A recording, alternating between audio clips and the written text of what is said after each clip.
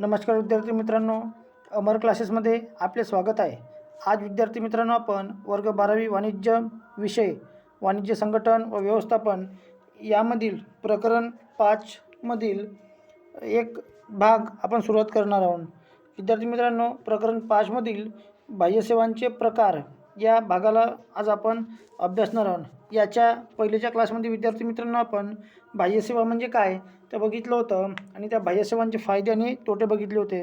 विद्यार्थी मित्रांनो, बाह्य सेवा म्हणजे का याचा अभ्यास करत असताना आपण पाहिलं होतं की एखादी कोणतीही कंपनी त्या कंपनीचे काम करून घेण्यासाठी दुसऱ्या एखाद्या संस्थेला आपल्या व्यवसायाचं काम करण्यासाठी बोलवत असते, म्हणजे काम करण्याची जबाबदारी देत असते। दुसरी संस्था आपल्या कंपनीमध्ये काम करायला येत असते, त्याला बाह्य सेवा असे म्हणतात। तर विद्यार्थी मित्रांनो, या बाह्य सेवेच्या माध्यमातून किती प्रकारचे काम केले जातात?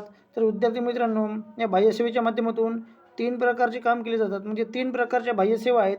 मग 3 प्रकारच्या बाह्य सेवा कोणत्या आहेत? तर नंबर पहिली आहे व्यवसाय प्रक्रिया बाह्य सेवा, याला आपण BPO म्हणतो, म्हणजे बिझनेस प्रोसेस आउटसोर्सिंग।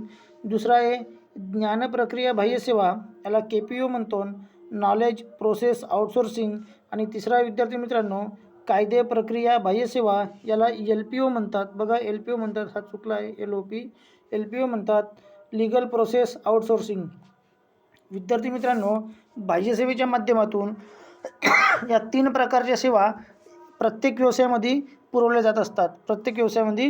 जात असतात।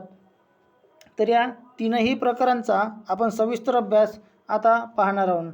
तर विद्यार्थी मित्रांनो, त्याच्यामधली पहिली आपण अभ्यासणार आहोत, विद्यार्थी मित्रांनो आपण अभ्यासणार आहोत ती म्हणजे कोणती? तर व्यवसाय प्रक्रिया बाह्य सेवा, म्हणजे BPO, बिझनेस प्रोसेस आउटसोर्सिंग।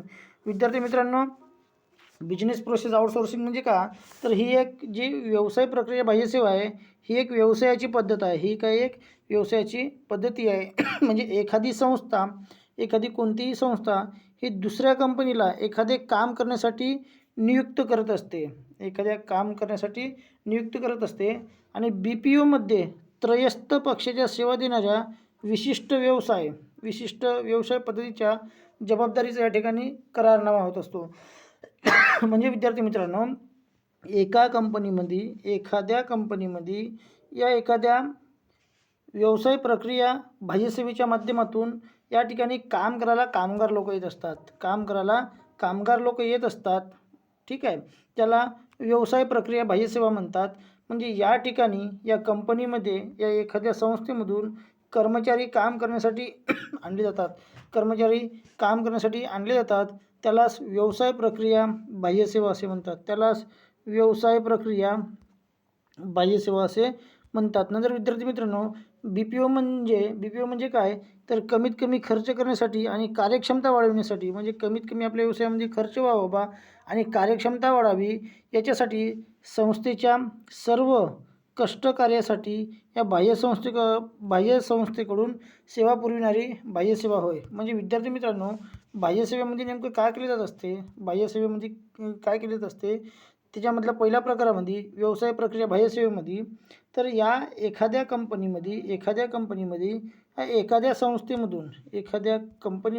संस्थेमधून काम करण्यासाठी विद्यार्थी मित्रांनो कामगार आणले जात असतात, आणि या कामगाराकडून या व्यवसायातलं किंवा या कंपनीतले काम केले जात असतात, याला व्यवसाय प्रक्रिया बाह्य सेवा असं म्हणतात। मग जर समजा या आपण एखाद्या संस्थेकडून आपल्या व्यवसायामध्ये कामगार आणत आहोत, काम करून घेत आहोत, म्हणजे ही संस्था आपल्या व्यवसायाला सेवा देत आहे, तर याचे कोणते फायदे आहेत विद्यार्थी मित्रांनो? त्या फायद्याचा आपण अभ्यास करणार आहोत। तर आपण अभ्यासणार आहोत आता की BPOचे फायदे। पहिला फायदा आपण पाहणार आहोत की उत्पादनामध्ये वाढ होत असते। आता या व्यवसाय प्रक्रिया बाह्य सेवेच्या माध्यमातून आपल्या व्यवसायाच्या उत्पादनामध्ये कशी वाढ होईल? तर विद्यार्थी मित्रांनो, आपली ही एक कंपनी आहे आणि ही एक व्यवसाय प्रक्रिया बाह्य सेवा आहे। या संस्थेमधले कर्मचारी आपल्या व्यवसायामध्ये काम करायला येतील, आणि आपल्या व्यवसायामध्ये जे लोक काम करायला येणार आहेत ते कुशल कर्मचारी असणार आहेत। कसे असणार आहेत? ते कुशल कर्मचारी असणार आहेत, ते प्रशिक्षित कर्मचारी असणार आहेत। कसे असणार आहेत? कुशल असणार आहेत, आणि प्रशिक्षित असणार आहेत. आता कुशल कर्मचारी, प्रशिक्षित कर्मचारी ज्यावेळी आपल्या या कंपनीमध्ये काम करायला येतील त्यावेळी या ठिकाणी कशा पद्धतीनं काम करायचं, कशा पद्धतीनं वस्तूचं उत्पादन करायची याची सर्व माहिती या कर्मचाऱ्यांना असेल आणि त्यामुळं आपल्या उत्पादनामध्ये विद्यार्थी मित्रांनो भरभराटीची वाढ होईल.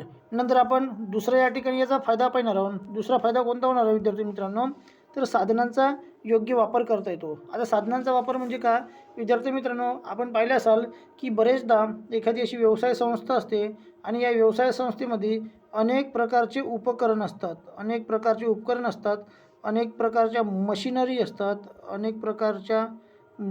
असतात आणि अनेक प्रकारची साधने असतात. तर या व्यवसायामध्ये असणाऱ्या मशिनरी साधने अनेक कर्मचाऱ्यांना वापरता येत नाही. त्यांना विद्यार्थी मित्रांनो प्रशिक्षण द्यावं लागते आणि यामुळं मोठ्या प्रमाणामध्ये आपलं आर्थिक नुकसान होत असते. मग विद्यार्थी मित्रांनो हे आपलं आर्थिक नुकसान टाळण्यासाठी, आपले साधनं चांगले वापरण्यासाठी आपण का करत असतो, एखाद्या बाह्यसेवेकडून काम करणारे कर्मचारी मागवत असतो. हे येणारे जे कर्मचारी आहेत, हे आपल्याकडे जे येणारे कर्मचारी आहेत हे प्रशिक्षित असतात, त्यांना नॉलेज असते, त्यांना माहिती असते. त्यामुळं आपल्याकडं जे असणारे उपकरण आहेत, आपल्याकडं जे असणारे जे साधनं आहेत, या साधनांचा विद्यार्थी मित्रांनो यथायोग्य वापर केला जात असतो.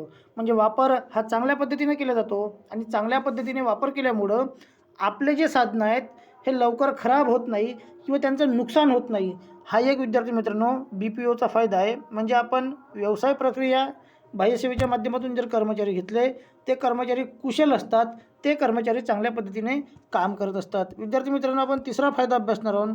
तिसरा फायदा कोणता विद्यार्थी मित्रांनो, तर वस्तूच्या किमतीमध्ये घट होते.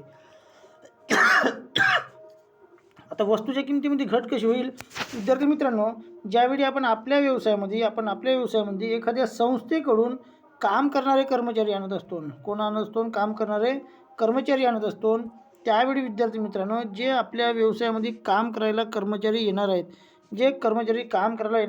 ते प्रशिक्षित असणार आहेत, त्यांना कौशल्य असणार आहे, त्यांना अभ्यास असणार आहे. त्यामुळं अनावश्यक जागी जो होणारा खर्च आहे बघा, अनावश्यक जागी जो होणारा खर्च आहे तो खर्च विद्यार्थी मित्रांनो ते लोक टाळतील. आणि हा अनावश्यक जागी होणारा खर्च जर टाळला गेला तर वस्तूचा उत्पादन खर्च कमी होईल. वस्तूचा उत्पादन खर्च कमी झाला तर विद्यार्थी मित्रांनो वस्तूच्या किमतीमध्ये घट असते. म्हणजे जी एखादी वस्तू तयार करण्यासाठी जास्त पैसे लागायचे ती वस्तू विद्यार्थी मित्रांनो कमी पैशामध्ये तयार होते आणि कमी पैशामध्ये तयार झालेली वस्तू विद्यार्थी मित्रांनो आपल्याला मोठ्या प्रमाणामध्ये फायदा मिळवून देत असतो. म्हणजे एकंदरीत या BPOच्या माध्यमातून हा एक आपल्याला फायदा होत असतो. नंतर विद्यार्थी मित्रांनो चौथा आपण फायदा पाहणार आहोत. चौथा फायदा म्हणजे कोणता, तर कमी किमतीमध्ये प्रशिक्षित आणि कुशल कामगार मिळत असतात. विद्यार्थी मित्रांनो या व्यवसाय प्रक्रिया बाह्यसेवेच्या माध्यमातून आपल्याला कमी किमतीमध्ये म्हणजे कमी पैशामध्ये कुशल आणि चांगले कामगार मिळत असतात. विद्यार्थी मित्रांनो कोणत्याही व्यवसायाची कुशल कामगार हे संपत्ती असते. म्हणजे आपल्याला एखाद्या व्यवसाय प्रक्रिया बाह्यसेवेच्या माध्यमातून चांगले कर्मचारी मिळत असतात आणि ते मिळालेले चांगले कर्मचारी आपल्या व्यवसायाचा विद्यार्थी मित्रांनो नावलौकिक वाढवण्यासाठी अत्यंत महत्त्वाची भूमिका बजावत असतात. विद्यार्थी मित्रांनो हे झाले BPOचे फायदे. आता आपण अभ्यासणार आहोत BPOचे तोटे. आता विद्यार्थी मित्रांनो BPOचे तोटे कोणते आहेत, तर आपण तोटा पाहणार आहोत. तो म्हणजे कोणता, संज्ञापन समस्या. संज्ञापन समस्या म्हणजे का, संज्ञापन करणे. विद्यार्थी मित्रांनो संज्ञापन करणं म्हणजे ज्यावेळी ग्राहक आणि सेवा पुरवणाऱ्या संस्था यांच्यामध्ये पाहिजे तसा संवाद होत नाही. म्हणजे विद्यार्थी मित्रांनो एखाद्या कंपनीचे जे ग्राहक असतात आणि सेवा पुरविणारी जी संस्था असते या दोघांमध्ये पाहिजे तसा संवाद होत नाही. म्हणजे हे एकमेकांशी पाहिजे त्या प्रमाणामध्ये मुक्तपणे बोलू शकत नाही आणि बोलू न शकल्यामुळं विद्यार्थी मित्रांनो यांच्या मनामध्ये जे असलेले डाऊट आहेत हे जशानं तसे साचून राहत असतात आणि याच्यामुळं गैरसमज आणि चुकीचे संदेशसुद्धा विद्यार्थी मित्रांनो पोहोचत असतात. जर यांच्यामध्ये कम्युनिकेशन झालं आणि एकमेकाशी संवाद साधला तर एकमेकाला ज्या अडचणी आहेत, एकमेकाला ज्या समस्या आहेत विद्यार्थी मित्रांनो, त्या समस्या वेळेत पूर्ण होऊन विद्यार्थी मित्रांनो त्या ठिकाणी त्यांच्या मनामध्ये जे असलेले शंका आहेत ह्या शंका दूर होत असतात. हा एक पहिला तोटा आहे विद्यार्थी मित्रांनो. दुसरा आपण तोटा पाहणार आहोत तो म्हणजे कोणता? कामाची वेळ वेगवेगळी. म्हणजे विद्यार्थी मित्रांनो जे ग्राहक लोक आहेत आणि पुरवठादार म्हणजे जे वस्तू घेणारे लोक आहेत आणि वस्तू पुरवणारे लोक आहेत, या दोघांच्या कामाच्या वेळेमध्ये विद्यार्थी मित्रांनो फरक असतो. म्हणजे एकाच वेळेला दोघेही जण एकसाथ येत नसतात. एकाच वेळेला विद्यार्थी मित्रांनो दोघेही जण एकसाथ येत नसतात आणि त्याच्यामुळं त्या ठिकाणी अनेक प्रकारचे आपल्याला समस्या येताना दिसतात. विद्यार्थी मित्रांनो जे पुरवठा करणारे आहेत, जे वस्तूचा पुरवठा करणारे आहेत व्यक्ती,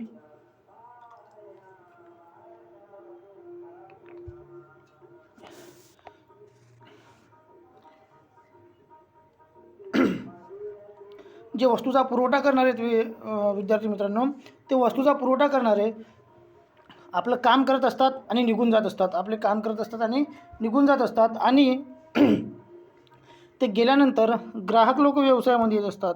ते गेल्यानंतर ग्राहक लोक व्यवसायामध्ये येत असतात आणि वस्तू घेत असतात. विद्यार्थी मित्रांनो ग्राहकाला त्या वस्तूबाबत अनेक प्रकारच्या समस्या असतात. तर या समस्या ग्राहकांना सांगतेवेळी पुरवठादार घरी चालले जातात.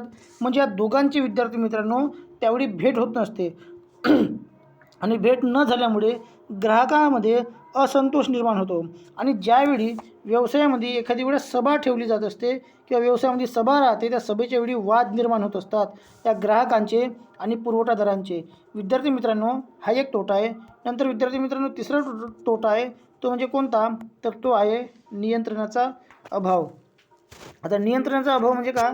तर ग्राहक कंपनीचे संस्थावर नियंत्रण राहत नाही. ग्राहक कंपनीचे संस्थावर नियंत्रण राहत नाही म्हणजे कसं? समजा एखादी ही ग्राहक कंपनी आहे, एखादी ही ग्राहक कंपनी आहे. आता ग्राहक कंपनी म्हणजे कोण? तर जी कंपनी सेवा घेते, जी घेते ती ग्राहक कंपनी झाली, बरोबर आहे. आणि ही सेवा घेणारी जी कंपनी आहे, या सेवा घेणाऱ्या कंपनीचं या सेवा देणाऱ्या संस्थेवर, या सेवा देणाऱ्या संस्थेवर विद्यार्थी मित्रांनो नियंत्रण राहत नाही. आता का बरं नियंत्रण राहत नाही? हा एक व्यक्ती हा या कंपनीचा मालक असतो. हा काय करत असतो? या संस्थेकडून कामगार लोक आपल्या व्यवसायामध्ये आणत असतो, बरोबर आहे. म्हणजे हे कामगार या व्यवसायामध्ये कामाला येत असतात. तर हे कामगार कोणाचे असतात? या संस्थेचे असतात. कामगार कोणाचे असतात विद्यार्थी मित्रांनो? या संस्थेचे असतात, बरोबर आहे. म्हणजे या संस्थेच्या माध्यमातून जशा पद्धतीने काम करायला लावले जातात तसे काम कर्मचारी लोक या व्यवसायामध्ये येऊन करतात. म्हणजे या ठिकाणी हे जे कर्मचारी काम करणारे असतात या व्यवसायामध्ये, या कर्मचाऱ्यावर विद्यार्थी मित्रांनो या मालकाचं या ठिकाणी पाहिजे त्या प्रमाणामध्ये नियंत्रण राहत नाही. आणि हा एक विद्यार्थी मित्रांनो आपल्याला या ठिकाणी तोटा जाणवतो. नंतर विद्यार्थी मित्रांनो आपण दुसऱ्या घटकाचा अभ्यास करणार आहोत. दुसरा म्हणजे कोणता? तर ज्ञान प्रक्रिया बाह्य सेवा.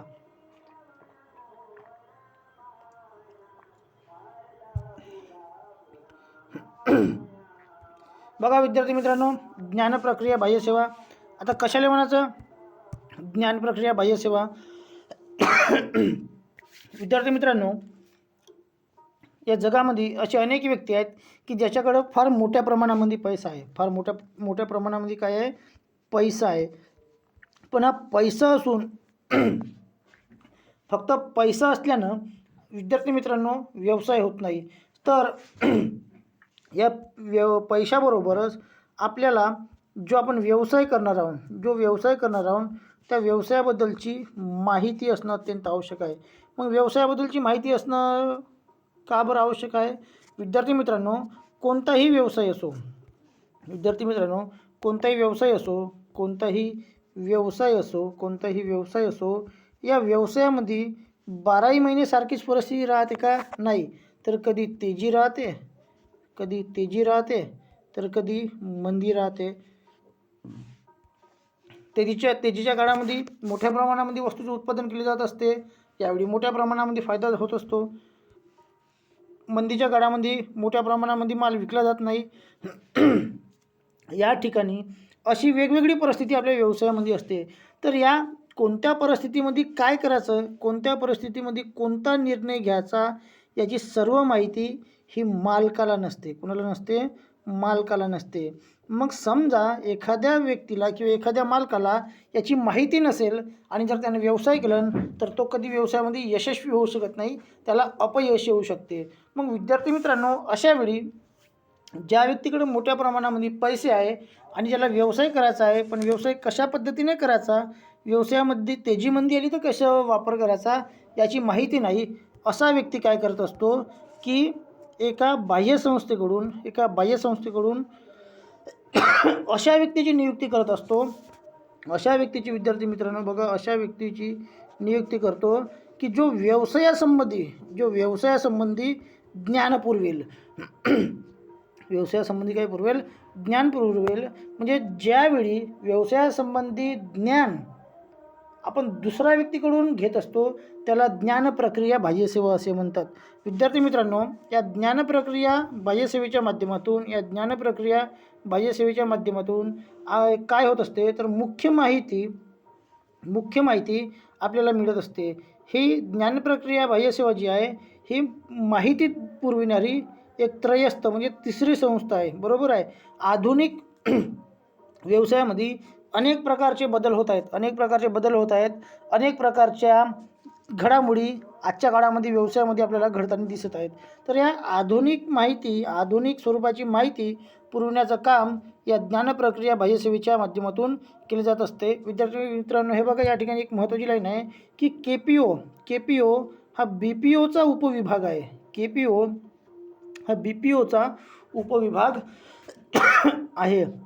नंतर आपण पाहणार आहोत की KPOचे फायदे. मग आता या ज्ञानप्रक्रिया बाह्यसेवेचे नेमके विद्यार्थी मित्रांनो आपल्याला कोणते फायदे होणार आहे, तर आपण त्या ठिकाणी पहिला फायदा पाहणार आहोत की ग्राहकांना कमी किमतीमध्ये व्यावसायिक सेवा मिळतात. विद्यार्थी मित्रांनो कमी किमतीमध्ये व्यावसायिक सेवा मिळतात. आता कशा काय मिळतील विद्यार्थी मित्रांनो, तर जे आपण आपल्या व्यवसायाला माहिती मिळवण्यासाठी जे काही बाहेरचे ज्ञानी लोक आणत असतो, हे ज्ञानी लोक काय करत असतात की ग्राहकांना कमीत कमी पैशामध्ये चांगल्या सोयीसुविधा कशा देता येईल, कमीत कमी पैशामध्ये चांगल्या वस्तू कशा देता येईल याचा प्रयत्न करत असतो. आणि विद्यार्थी मित्रांनो, याचे अनेक लोकांना फायदे झालेले दिसतात की कमी पैशामध्ये चांगल्या व्यावसायिक सेवा देतात. नंतर दुसरं पाहणार आहोत ते म्हणजे काय, तर व्यावसायिक संस्था KPO सेवा कुशल कर्मचाऱ्यांना घेऊ शकतात. म्हणजे या व्यावसायिक संस्थेच्या माध्यमातून या KPO सेवा या कुशल कर्मचाऱ्यांना घेऊन कार्य केले जात असते. नंतर विद्यार्थी मित्रांनो, महत्त्वाच्या सेवा कमी खर्चामध्ये मिळत असतात. विद्यार्थी मित्रांनो, ग्राहकांना ज्या महत्त्वाच्या सेवा आहेत या कमी पैशामध्ये, या कमी खर्चामध्ये प्राप्त होत असतात. नंतर विद्यार्थी मित्रांनो की मानव संसाधन व्यवस्थापन व वेळ व्यवस्थापनाच्या कालावधीत लवचिकता येत असतो. म्हणजे विद्यार्थी मित्रांनो, जे मानव संसाधन व्यवस्थापन केले जात असते की कोणत्या व्यक्तीला कधी कामाला लावायचं, बरोबर आहे, कशा प्रकारचे कर्मचारी आपल्या व्यवसायामध्ये लागतील, बरोबर आहे, नंतर कोणता कर्मचारी कोणतं काम करेल, अशा अनेक प्रकारच्या गोष्टी या ज्ञानप्रक्रिया बाह्यसेवेच्या माध्यमातून केले जात असतात. विद्यार्थी मित्रांनो, हे झाले फायदे. नंतर आपण अभ्यासणार आहोत की KPOचे तोटे. आता KPOचे तोटे कोणते आहेत, तर आपण पहिला पाहणार आहोत की संस्थेच्या सुरक्षिततेवर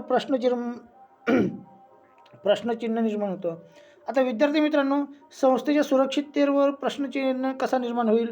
विद्यार्थी मित्रांनो, बाहेरचे व्यक्ती म्हणजे आपल्या व्यवसायामध्ये काय करत आहोत, आपण दुसऱ्या संस्थेतले व्यक्ती आणत आहोत आणि दुसऱ्या संस्थेतले कर्मचारी आपण विद्यार्थी मित्रांनो आपल्या व्यवसायामध्ये काम करण्यासाठी आणल्यामुळं हे कर्मचाऱ्यांना आपल्या व्यवसायातली सर्व महत्त्वाची माहिती माहीत असते आणि त्यामुळे विद्यार्थी मित्रांनो हे व्यक्ती आपल्या व्यवसायातली माहिती हे बाहेर जाऊन सांगू शकतात.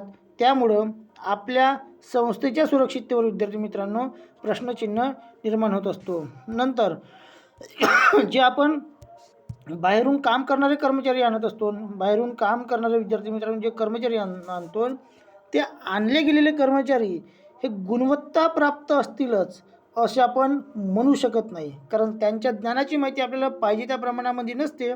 ते गुणवत्ता प्राप्त असतीलच असे नाही. आणि समजा आणलेले कर्मचारी जर गुणवत्ता प्राप्त नसतील, त्याच्यामध्ये गुणवत्ताच नसेल विद्यार्थी मित्रांनो, तर ते चांगल्या पद्धतीने काम करू शकणार नाही. आणि त्यांनी चांगल्या पद्धतीने काम केले नाही विद्यार्थी मित्रांनो, तर आपल्या व्यवसायाला चुकीची माहिती दिली जाईल. चुकीची माहिती दिल्यामुळं आपला व्यवसाय विद्यार्थी मित्रांनो हा ढासळलासुद्धा जाऊ शकतो. आपण तिसरा विद्यार्थी मित्रांनो या ठिकाणी तोटा पाहणार आहोत की त्यांचा स्वभाव हा चांगला असेलच असं नाही. विद्यार्थी मित्रांनो, आपण पाहिले असाल की व्यवसायामध्ये सर्वात महत्त्वाचा घटक जर कोणता आहे, तर त्या व्यवसायामध्ये जे काम करणारे कर्मचारी आहेत, त्या व्यवसायाचा जो मालक आहे, यांचा स्वभाव हा चांगला असला पाहिजे. कारण तुमचा जर स्वभाव चांगला असेल तर तुमच्याकडे 100 गिऱ्हाईक येत असतात. आणि तुमचा स्वभाव जर चांगला नसेल, तुम्ही कितीही चांगली वस्तू उत्पादन केली तरी विद्यार्थी मित्रांनो तुमच्याकडे ग्राहक फिरकणार नाही, येणार नाही. मग आपण जे व्यक्ती आपल्याकडे कामाला बोलवणार आहोत, त्या व्यक्तींचा स्वभाव चांगला असेलच याची आपण शाश्वती देऊ शकत नाही. विद्यार्थी मित्रांनो, समजा आपल्याकडे येणाऱ्या कर्मचाऱ्यांचा जर स्वभाव चांगला नसेल, तर आपण आपल्या व्यवसायाला जितक्या प्रगती पथावर आणलेला आहे त्यापासून तो ढसाढसा खालीसुद्धा जाऊ शकतो. म्हणून विद्यार्थी मित्रांनो, जे KPOचा हा एक आपल्याला तोटा दिसतो. नंतर त्वरित निकाल भेटत नाही. आता त्वरित निकाल भेटत नाही म्हणजे का विद्यार्थी मित्रांनो, त्या ज्ञानप्रक्रिया बाह्यसेवेच्या माध्यमातून आपण जे दुसरे कर्मचारी आपल्या व्यवसायामध्ये काम करायला आणतो, एखादी समस्या आली असेल, एखादी अडचण आली असेल, तर त्या अडचणीबाबत जे तात्काळ माहिती आहे, ही माहिती विद्यार्थी मित्रांनो ते लोक आपल्याला देत नाही. नंतर विद्यार्थी मित्रांनो हे भाषिक अडथळे. आता भाषिक अडथळे म्हणजे का, आपण पाहिलं असाल की आपला देश हा विविधतेने नटलेला आहे. भारतामध्ये अनेक प्रकारच्या भाषा बोलल्या जातात. जशी महाराष्ट्रामध्ये ही मराठी बोलली जाते, बरोबर आहे. महाराष्ट्रातल्या बऱ्याचशा भागामध्ये हिंदी बोलली जाते, आहे ना. तमिळ बोलली जाते. म्हणजे अनेक प्रकारच्या भाषा या महाराष्ट्रामध्ये राहणारे लोक बोलत असतात. तसेच भारतामध्ये विचार केला, भारतामध्ये अनेक राज्य आहेत आणि या राज्यामध्ये अनेक प्रकारच्या भाषा बोलल्या जातात. विद्यार्थी मित्रांनो, समजा आपण आपल्या एरियामध्ये जर मराठी भाषा बोलली जात असेल, आपल्या एरियामध्ये कोणती भाषा बोलली जात आहे, मराठी भाषा बोलली जात आहे, ठीक आहे.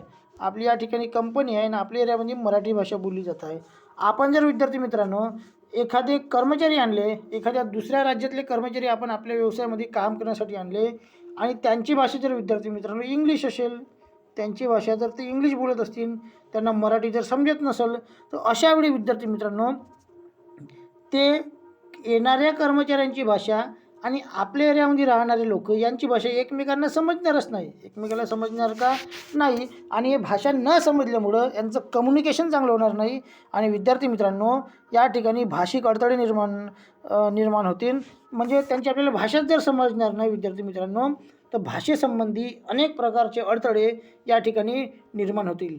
विद्यार्थी मित्रांनो, आपण आता तिसरी या ठिकाणी बाह्यसेवेचा प्रकार पाहणार आहोत. तो म्हणजे कोणता, तर कायदे प्रक्रिया बाह्यसेवा. याला LPO म्हणतात. याला काय म्हणतात, LPO, लीगल प्रोसेस आउटसोर्सिंग.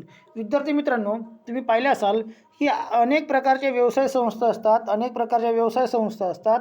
या व्यवसाय संस्थांना अनेक प्रकारे कायद्याची माहिती नसते. कशाची माहिती नसते, कायद्याची माहिती नसते. आणि आजच्या काळामध्ये प्रत्येकाला कायद्याची माहिती असणं अत्यंत आवश्यक आहे. कारण अनेक प्रकारच्या केसेस अनेक व्यक्तीवर दाखल होतात, अनेक कंपन्यावर दाखल होत असतात. विद्यार्थी मित्रांनो, एखादी हे जी कंपनी आहे, या कंपनीमध्ये ज्या वस्तू तयार केल्या जात असतात, या वस्तू लोकोपयोगी असतात, म्हणजे लोकांच्या उपयोगाच्या असतात. कधी काळी विद्यार्थी मित्रांनो या वस्तूमध्ये अनेक प्रकारची भेसळ निर्माण होत असते. अनेक प्रकारच्या चुकीनं काही कंटेंट समाविष्ट होत असतात, किंवा यामध्ये कधीकधी वस्तूमध्ये दोषही नसून कधीकधी त्या व्यवसायाची बदनामी करण्यासाठी अनेक प्रकारे विद्यार्थी मित्रांनो त्यांची बदनामी केली जात असते.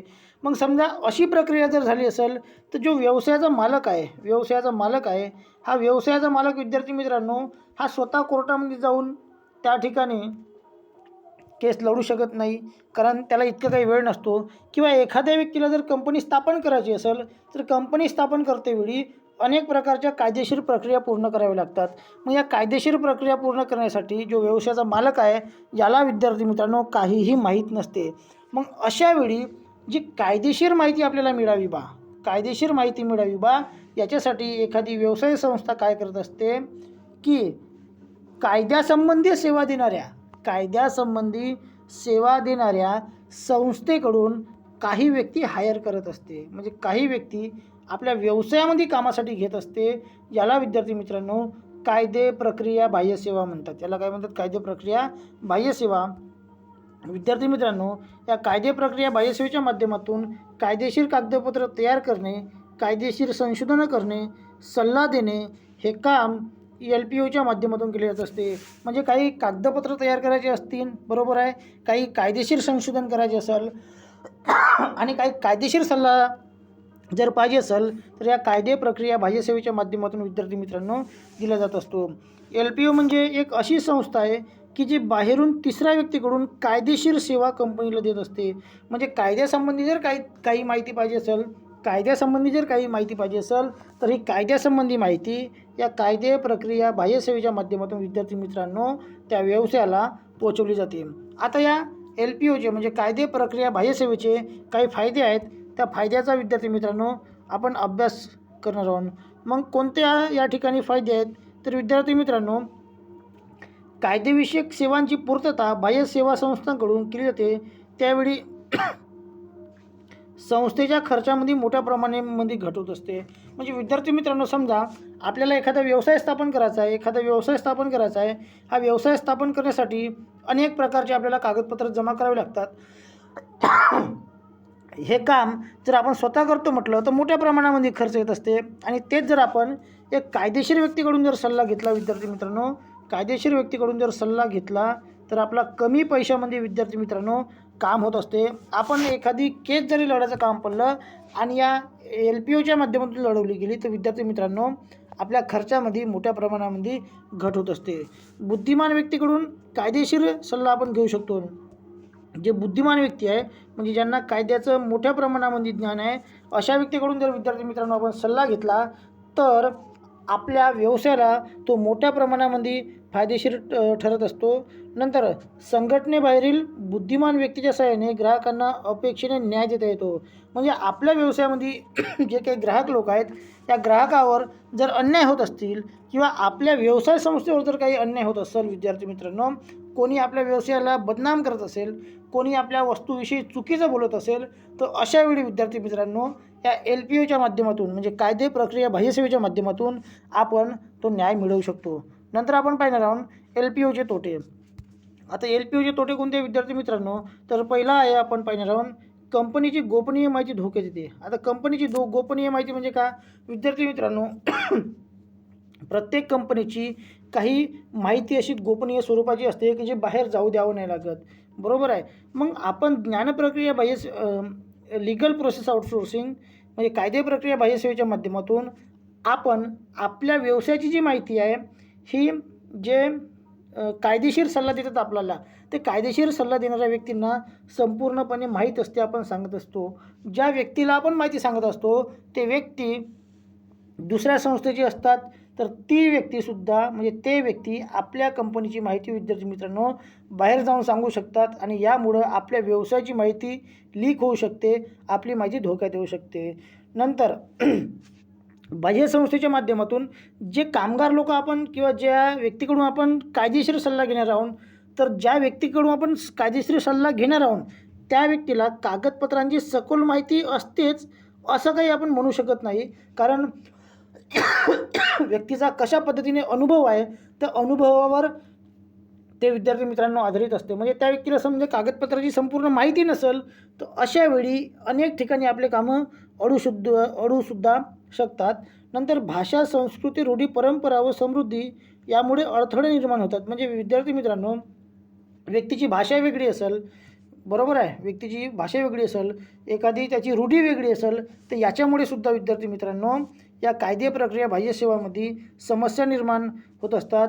आणि अनेक वेळा जी भौगोलिक परिस्थिती, रचना, वेळ यामुळे सुद्धा सेवा संस्था व स्थानिक संस्था यांच्या कामकाजाच्या दृष्टीने समस्या निर्माण होतात. म्हणजे विद्यार्थी मित्रांनो, वेगवेगळी भौगोलिक परिस्थिती असेल, बरोबर आहे, त्याच्यामुळे सुद्धा कामकाजामध्ये समस्या निर्माण होत असतात, वेगवेगळ्या समस्या निर्माण होत असतात. आणि या समस्या विद्यार्थी मित्रांनो या व्यवसायाच्या दृष्टीनं अत्यंत धोकादायक असतात. म्हणजे या LPOच्या माध्यमातून अनेक प्रकारचे तोटे विद्यार्थी मित्रांनो आपल्याला पाहायला मिळतात, अनेक प्रकारचे तोटे आपल्याला पाहायला मिळतात. आणि या तोट्यामुळं आपल्या व्यवसायाचे जे कामकाज आहे, या कामकाजामध्ये समस्यासुद्धा विद्यार्थी मित्रांनो निर्माण होत असतात. विद्यार्थी मित्रांनो, या ठिकाणी आपला जो प्रकरण 5 आहे हा पूर्णपणे संपलेला आहे.